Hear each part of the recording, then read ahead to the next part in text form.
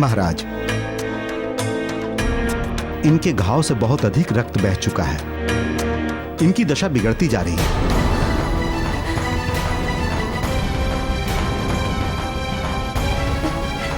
तो वैद्य जी, कुछ कीजिए। कोई तो ऐसा उपाय, कोई तो ऐसी औषधि होगी जिससे रक्त बहना रुक जाएगा। मैं अपने सारे उपाय कर चुका हूं। अब तो बस सिर्फ प्रभु का आसरा है।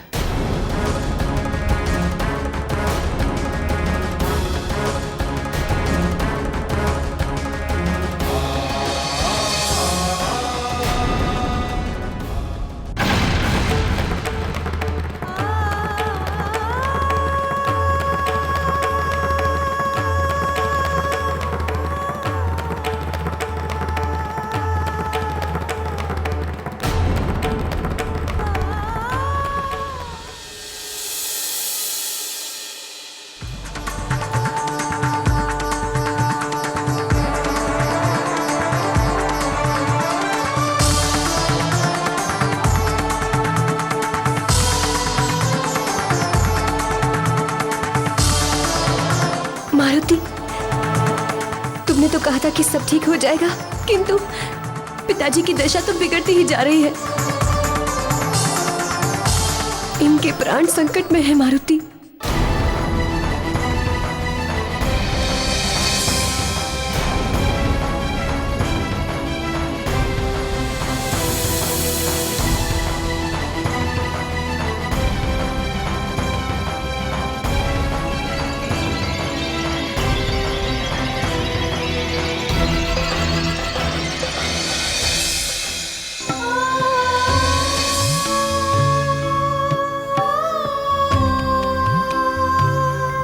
देवी, मुझ पर विश्वास रखिए, सब ठीक हो जाएगा। किंतु कैसे मारुति? हर पल ये संकट गहराता जा रहा है। कुछ नहीं होगा पनाश जी को, ये स्वस्थ हो जाएंगे। बस आप सब कुछ समय के लिए कक्ष से बाहर चले जाएं।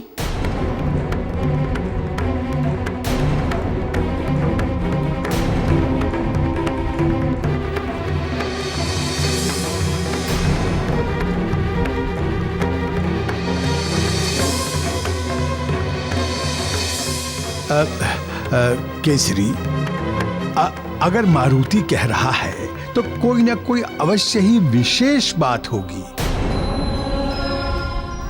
इसीलिए आप सभी इस कक्ष से बाहर जाइए। चलिए चलिए, कक्ष से बाहर चलिए। चलिए चलिए चलिए, बाहर चलिए।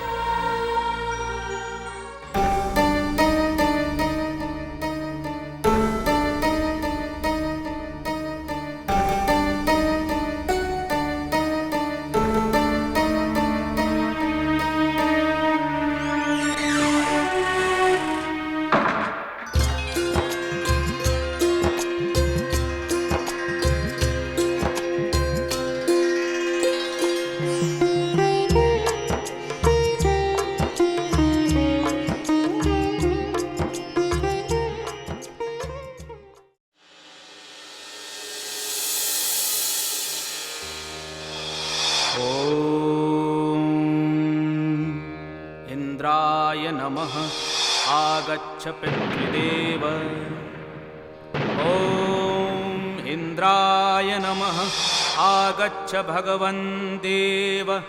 आह्वयामि आह्वयामि। सम्मुखो भव सम्मुखो भव। प्रकटो भव प्रकटो भव।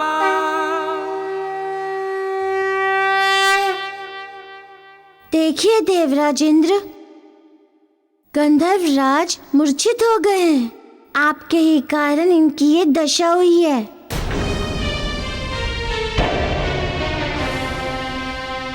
मारुति, मैं लज्जित हूं अपने किए पर।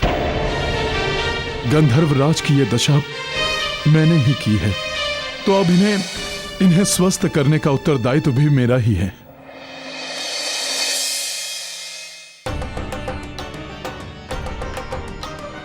ॐ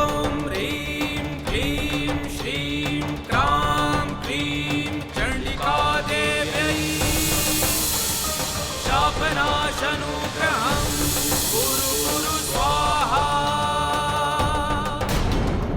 ॐ ह्रीं क्लीं श्रीं ह्रां क्लीं चण्डिका देव्यै शापनाशनुग्रहम्। ये क्या? ये तो किसी मंत्रोच्चारण की ध्वनि प्रतीत होती है। किंतु ये ध्वनि ना तो मारुति की है और ना ही जामवन जी की। फिर अंदर कौन हो सकता है? मैं देखता हूं। नहीं नहीं नहीं, आप ऐसा कदापि नहीं कीजिए। आप समझ नहीं रहे, ऐसा करने से विघ्न उत्पन्न हो सकता है।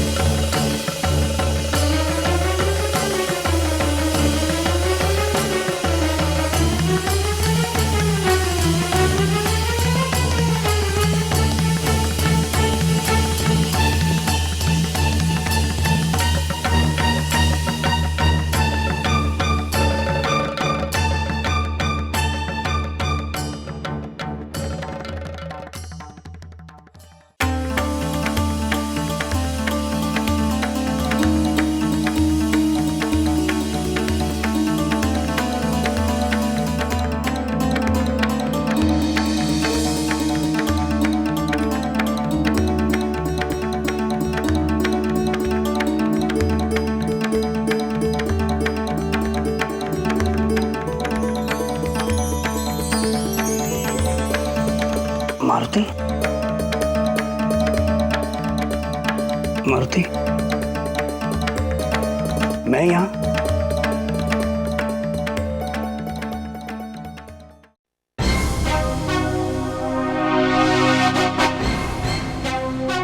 इंद्रदेव, आप यहाँ?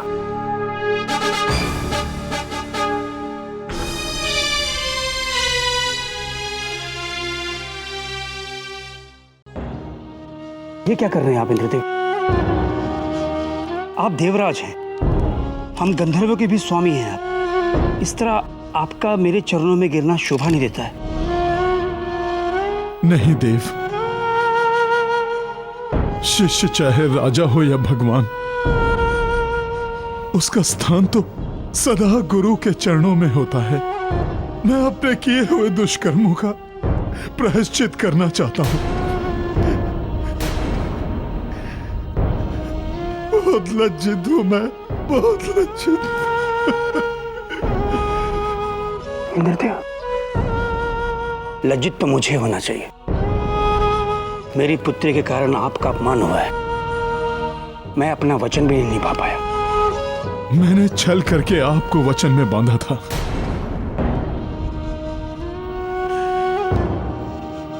किंतु मारुति ने मेरे नेत्र खोल दिए हैं।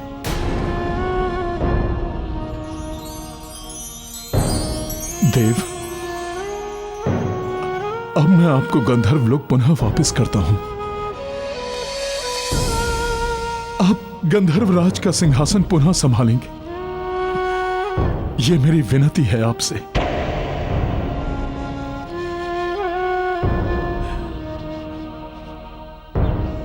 मारुति, अब हमें आज्ञा दीजिए।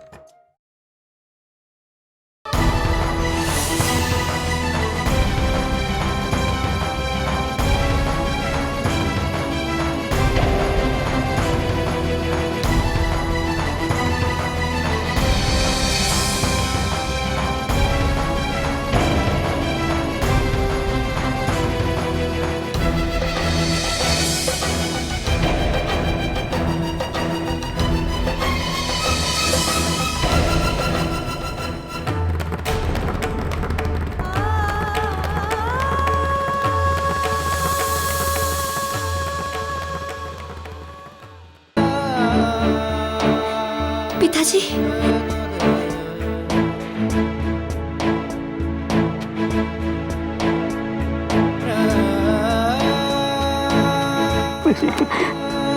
मुझे क्षमा कर दो, मुझसे बहुत बड़ी भूल हो गई। मुझे क्षमा कर दो। आप ठीक हैं पिताजी? मारुति, इससे पहले तो गंधर्वराज की स्थिति बिगड़ती जा रही थी, अब तो वो बिल्कुल स्वस्थ दिखाई दे रहे हैं। ये चमत्कार हुआ कैसे?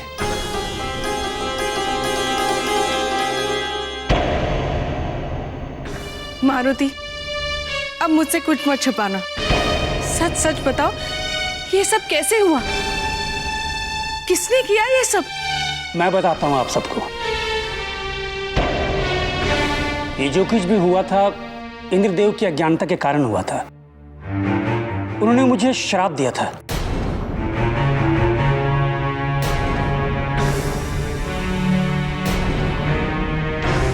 और अपनी भूल का प्रायश्चित करते हुए उन्होंने स्वयं आकर मुझे श्राप मुक्त किया है और मेरा राज्य मुझे लौटा दिया।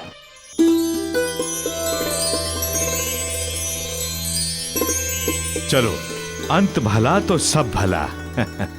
ईश्वर को कोटि कोटि धन्यवाद, जो अंत में सब कुछ ठीक हो गया।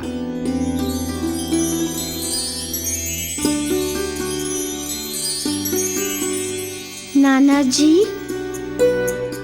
अभी भी एक कार्य शेष है जिसके लिए गंधर्वराज यहाँ आए थे। देवी रूमा और सुग्रीव काका को अभी भी आशीर्वाद नहीं मिला है, क्योंकि माता पिता के आशीर्वाद के बिना विवाह अधूरा ही रहता है। आप सत्य कह रहे हैं मारुति। मैं रूमा की माँ को संदेशा भिजवाता हूँ और हम दोनों रूमा और सुग्रीव जी को आशीर्वाद देंगे।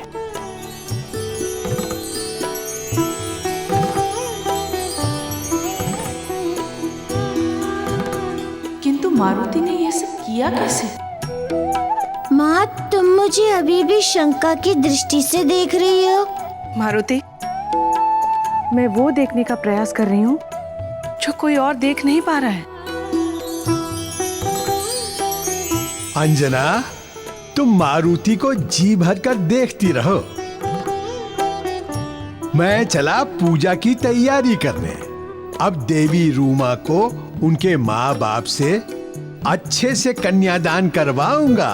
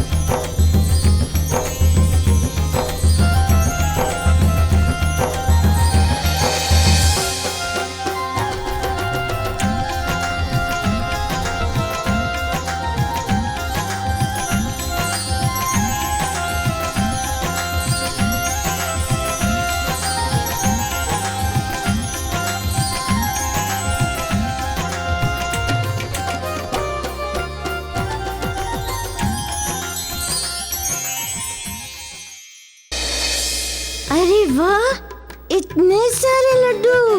इन्हें देखकर ही आनंद आ गया। इन्हें खाने में कितना मजा आएगा। हाँ मारुति, तुम्हारे खाने के लिए ही तो बनाया है ये सब। और वैसे भी आज कितने दिनों बाद मुझे अवसर मिला है अपने पुत्र को खिलाने का। ये तुम क्या कह रही हो माँ? और नहीं तो क्या, मेरे लाल के पास समय ही कहाँ है अपनी माँ के लिए। अब तो वो बड़े बड़े कार्य करने लगा है, सबके कष्टों को हरता रहता है। क्या करूँ माँ, कोई न कोई घटना ऐसी घट ही जाती है कि वही तो, इतनी उलझी हुई घटनाएं घट रही हैं जिसे कोई सुलझा नहीं पाता है। किंतु मेरा पुत्र इतना होशियार है कि वो बड़ी सहजता से सब कुछ सुलझा देता है। ये तो प्रभु की कृपा है और कुछ तुम्हारा आशीर्वाद है माँ। नहीं मारुति, कुछ और है जो मुझे ये सोचने पर विवश कर रही है कि जिस बालक को मैंने जन्म दिया है ये वही है या कोई और। माँ, ये आज तुम्हें क्या हो गया है?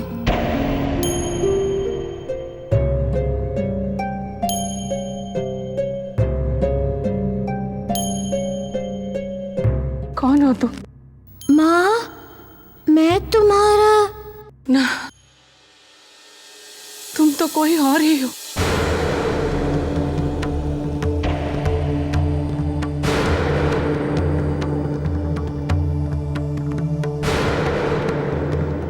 जो कार्य तुम करते हो उसे मनुष्य तो क्या, कोई देवता भी नहीं कर पाता है। हाँ, भगवान अवश्य कर सकते हैं।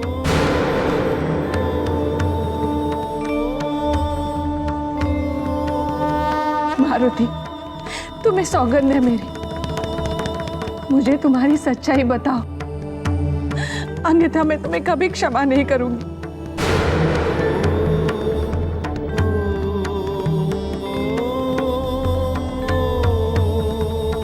क्या तुम्हारी माँ इतनी बड़ी अभागिन है कि वो अपने पुत्र के सत्य को ही नहीं जानती? फिर क्या अधिकार है मुझे तुम्हारी माँ बनने का या तुम्हें तेरा पुत्र बनने का?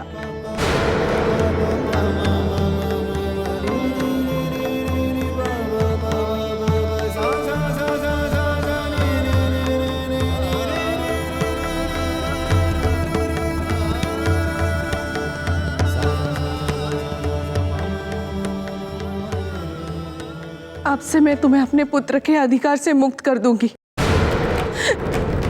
भगवान के रूप में देखूंगी।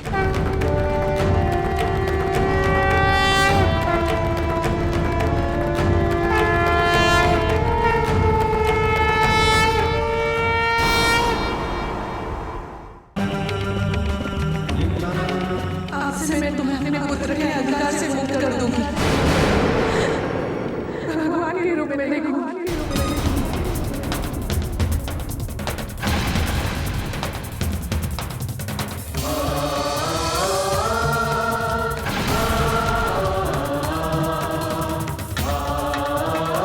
नहीं माँ, नहीं, मुझसे मेरी माँ मत छीनो। तुम्हारा लालू में माँ।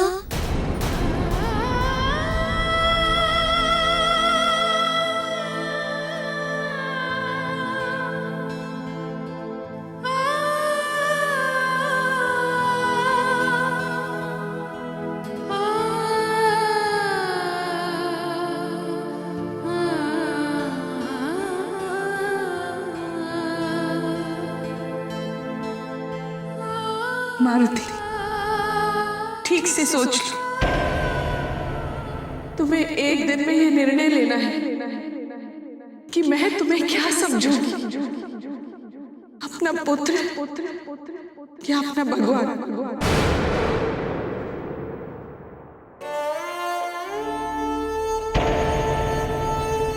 किंतु एक बार ध्यान से समझ लो, भगवान को आंचल के छांव में नहीं रखा जाता, हृदय में बसाया जाता है। भगवान के लिए कोई मां नहीं जागती है, किंतु अपने पुत्र के लिए जागती है। कोई भगवान की कुशलता के लिए चिंता नहीं करता है, किंतु अपने पुत्र के लिए दिन रात चिंता लगी रहती है।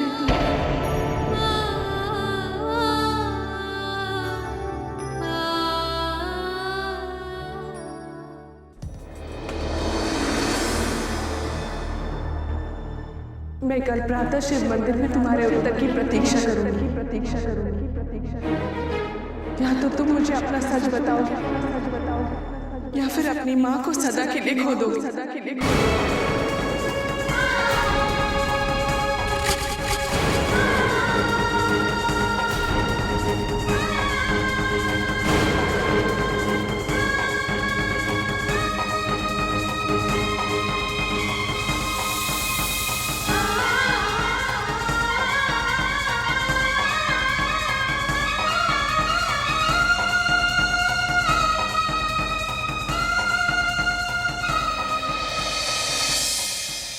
ये किस धर्म संकट में डाल दिया तुमने मुझे। मुझे संसार में पहली बार आभास हुआ है कि माँ क्या होती है, उसका प्रेम क्या होता है।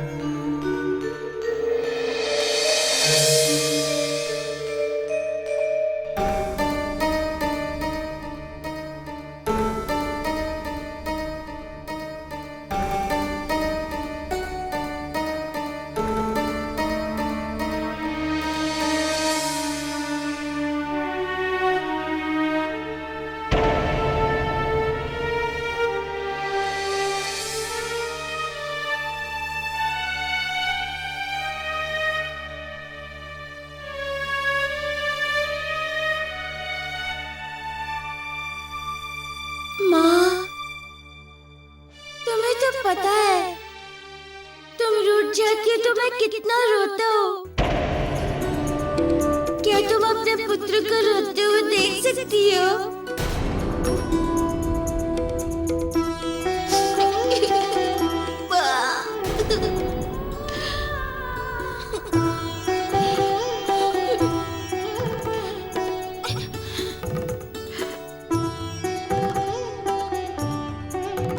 मुझसे मत रूठो माँ, मैं तुमसे सच कह रहा हूँ, मैं तुम्हारा ही पुत्र हूँ। जिन शक्तियों की तुम बात कर रही हो वो मुझे तुमसे ही मिली है। मैं तुमसे झूठ नहीं कह रहा हूँ माँ।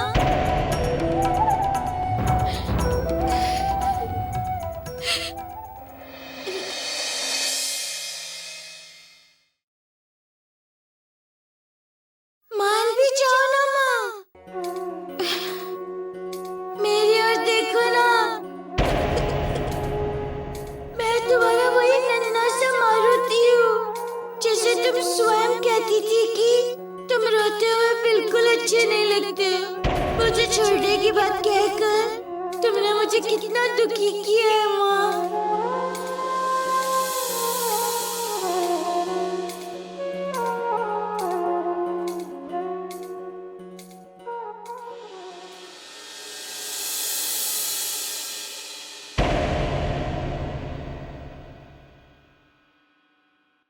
इस तरह पल्लू छुड़ाकर मत जाओ माँ। मेरे लिए तुम्हारा आंचल ही तो स्वर्ग है। मुझे अपनी आंचल की छाव से दूर मत करना माँ।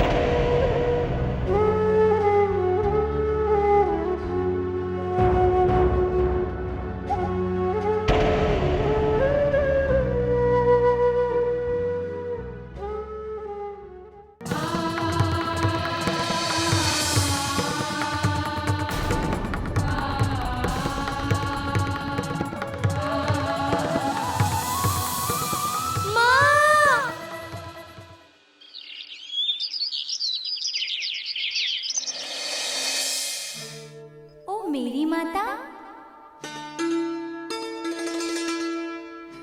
ओ प्यारे माता।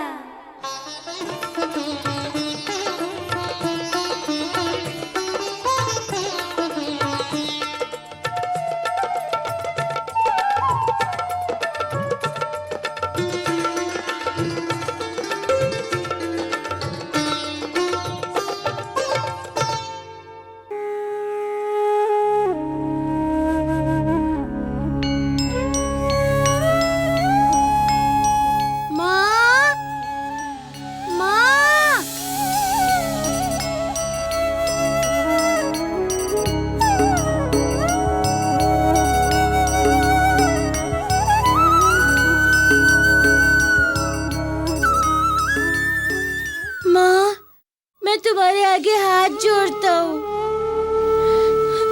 मुझसे मत रूठो माँ। तुम मुझसे रूठ गई तो मैं नहीं जी पाऊंगा।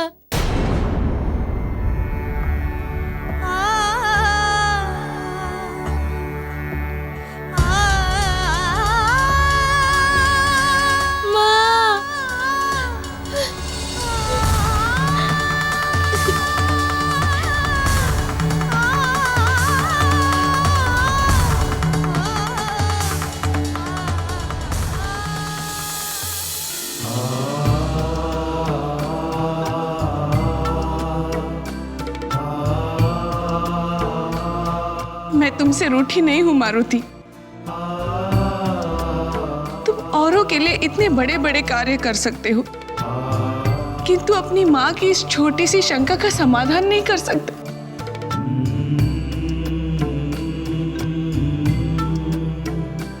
मैं जानती हूँ मारुति कि तुम मुझसे झूठ नहीं बोलते, किंतु सच भी तो नहीं बताते।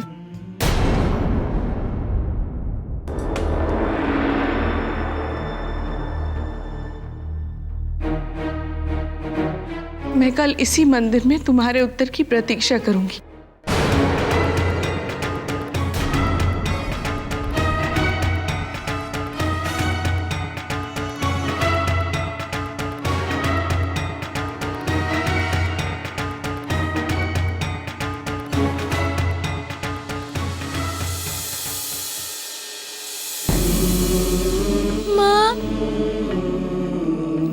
क्या बताऊं तुम्हें कि किस धर्म संकट में डाल दिया तुमने मुझे।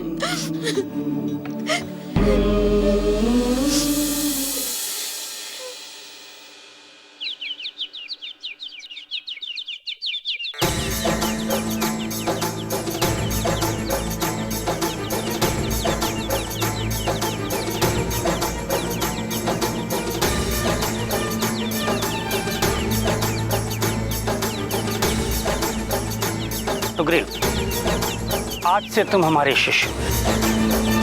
अब हम तुम्हें युद्ध कला और युद्ध नीति में इतना निपुण कर देंगे कि तुम जिस किसी भी सेना का नेतृत्व करोगे उसे देव, दानव या मानव कोई भी पराजित नहीं कर पाएगा।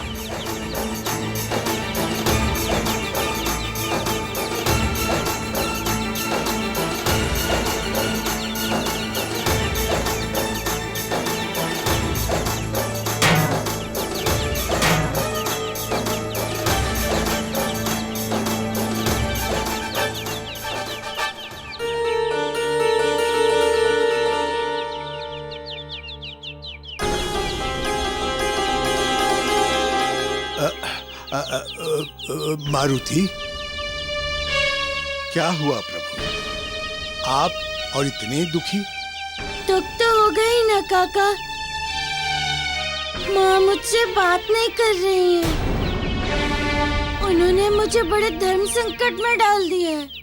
अंजना ने क्या? किंतु एकाएक ऐसा क्या हो गया?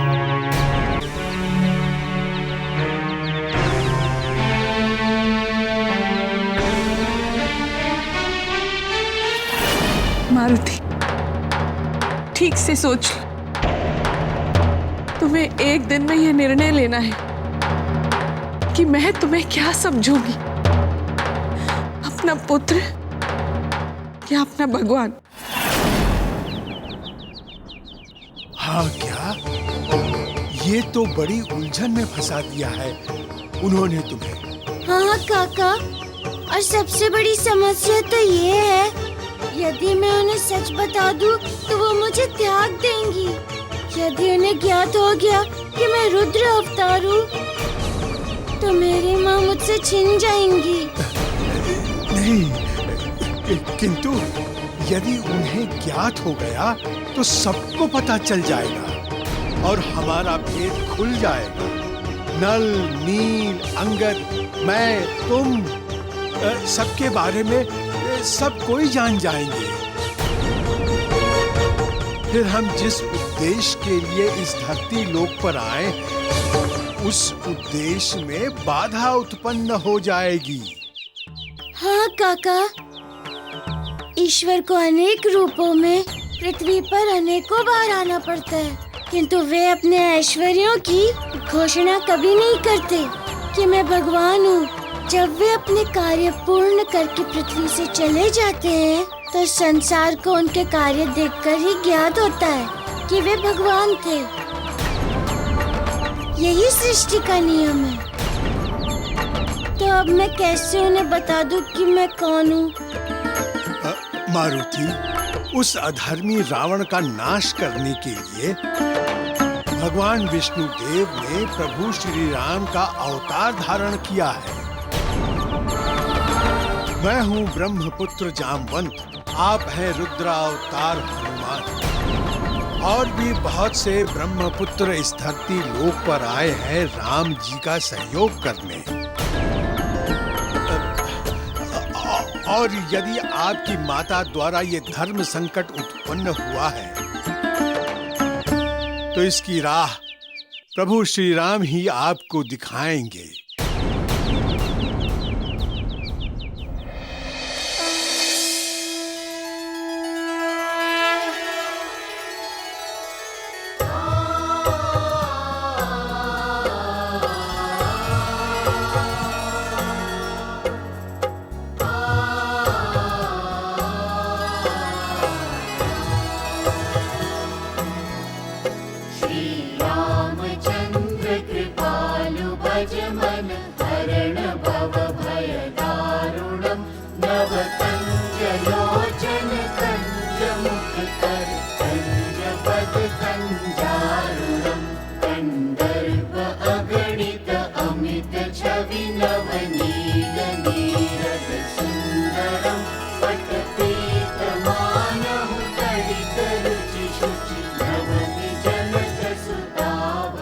प्रभु, नेत्र खोलिए प्रभु।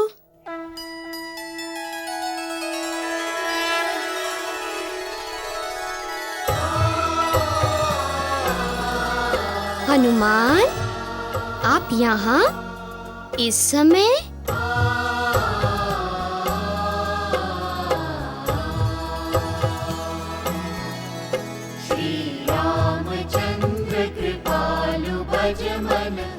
क्षमा करें प्रभु, इस समय आपको कष्ट देना पड़ा क्योंकि समस्या ही ऐसी खड़ी हो गई है।